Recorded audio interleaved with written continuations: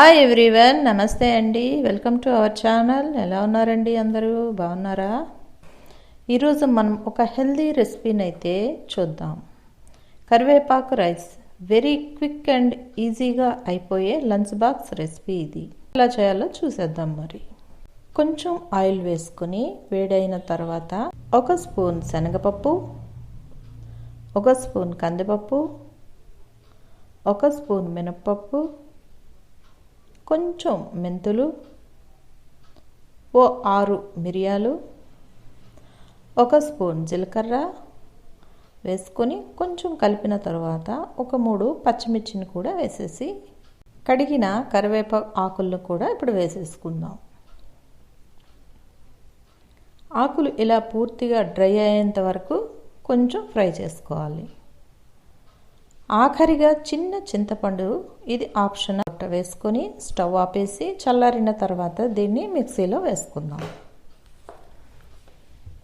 ఇప్పుడు మరికొంచెం ఆయిల్ వేసుకుని 1/2 స్పూన్ ఆవాలు, 1/2 స్పూన్ జీలకర్ర, 1 స్పూన్ పెసరపప్పు, ఒక చిన్న కప్పుతో వేరుశనగ గుడ్లు, ఇది మీ ఇష్టాన్ని బట్టి ఆప్షనల్గా, నచ్చకపోతే స్కిప్ చేసేయండి. ఇంకా 3 ఎండుమిర్చి, కొంచెం పసుపు, ఒక 10 జీడిపప్పు పలుకులు, ఇది కూడా నచ్చకపోతే స్కిప్ చేసేయచ్చు.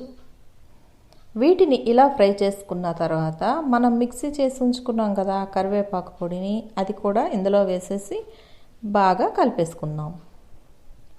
ఇలా అన్నీ కలిసిన తర్వాత ఒక పెద్ద కప్పుతో అన్నం కూడా వేసేసుకుని దీన్నంతటిని కూడా బాగా కలిపేద్దాం. ఇప్పుడు దీనికి తగినంత సాల్ట్ వేసుకొని మరొక మారు కలిపేసుకొని సర్వ్ చేసేసుకోవడమే. ఇది వేడిగా తిన్నా బాగుంటుంది, లేదా చల్లగా అయిన తర్వాత తిన్నా బాగుంటుంది. కరివేపాకు మన హెల్త్కి చాలా మంచిది, ఆరోగ్యకరమైనదని మనందరికీ తెలిసిందే కదా. ఇది కళ్ళకి, జుట్టుకి, డైజెషన్కి, ఇమ్యూనిటీకి, ఇలా చాలా చాలా హెల్త్ బెనిఫిట్స్ అనేవి ఇందులో ఉన్నాయి. ఇలాంటి మరిన్ని రెసిపీస్ కోసం, ఇంకా బోలెడని టిప్స్ కోసం మన హోమ్ టైమ్ ఛానల్ని తప్పకుండా సబ్స్క్రైబ్ చేయండి. మళ్ళీ కలుసుకుందాం. Have a good day.